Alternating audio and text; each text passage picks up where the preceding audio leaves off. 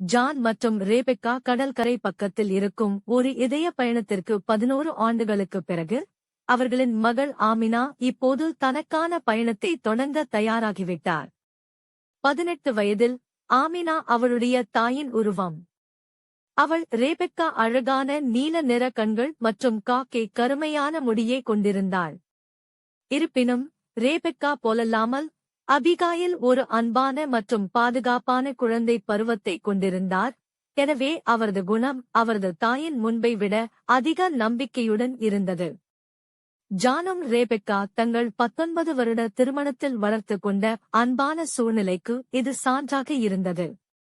கடவுளின் அன்பான கரத்தால் ஜான் மற்றும் ரேபெக்கா ஒருவருக்கொருவர் அன்பு பல ஆண்டுகளாக வலுவாகவும் ஆழமாகவும் மென்மையாகவும் வளர்ந்தது. அவர்களின் மகிழ்ச்சியாக எப்போதும் காதல் எளிமையான அன்றாட வாழ்வில் விளையாடிக் கொண்டிருந்தது. எப்போதும் காதல் முடிவடையாது என்பதை நிரூபிக்கிறது. 2 பேர் ஒன்றாக மாறினால் அது கதையின் ஆரம்பம் மட்டுமே, முடிவு அல்ல. ஜான், ரேபெக்கா சிரித்துக் கொண்டே, நிறுத்துங்கள். ஜான் தன் மனைவியை சமையலறைக்குள் துரத்தி இடுப்பை பிடித்தான். அவளது படுக்கையறையிலிருந்து ஆமினா சமையலறையிலிருந்து விளையாட்டுத்தனமான சிரிப்பைக் கேட்டாள். இளம்பெண் கண்களைச் சுழற்றினாள்.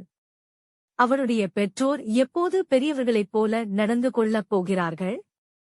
ஆமீனாவின் பட்டமளிப்பு விழா ஒரு வாரத்திற்கு முன்புதான் நடந்தது. 2 பெற்றோர்களும் பெருமையுடன் விழாவில் கலந்து கொண்டனர். ஒவ்வொருவரும் மிகவும் பக்தியுள்ள குழந்தையை கூட சங்கடப்படுத்தும் வகையில் அவள் பட்டப்படிப்பின் போதுமான புகைப்படங்கள் மற்றும் வீடியோ காட்சிகளை எடுத்தனர். இப்போது அவள் உயர்நிலைப் பள்ளியை முடித்துவிட்டதால் அவள் ஒரு கிறிஸ்தவ கல்லூரிக்கு செல்வாள் என்று அவளுடைய பெற்றோர் எதிர்பார்த்தார்கள்.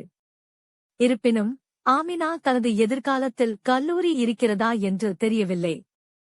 அவள் தனது கல்வியைத் தொடர நீண்ட காலமாக திட்டமிட்டிருந்தாள்.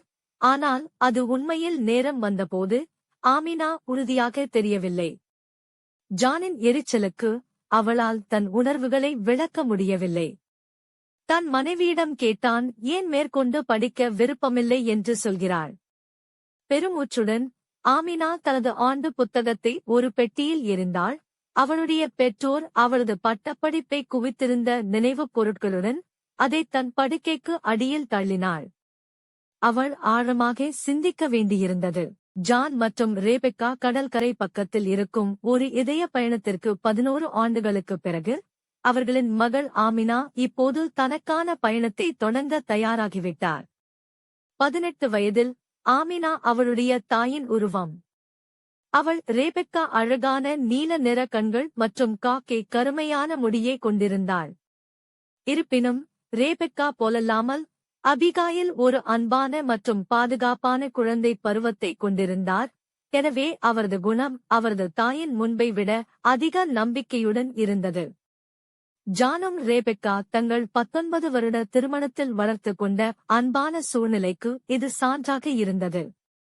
கடவுளின் அன்பான கரத்தால் ஜான் மற்றும் ரேபெக்கா ஒருவருக்கொருவர் அன்பு பல ஆண்டுகளாக வலுவாகவும் ஆழமாகவும் மென்மையாகவும் வளர்ந்தது.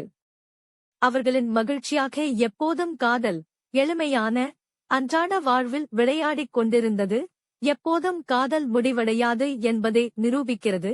2 பேர் ஒன்றாக மாறினால் அது கதையின் ஆரம்பம் மட்டுமே, முடிவு அல்ல. ஜான், ரேபெக்கா சிரித்துக் கொண்டே, நிறுத்துங்கள்.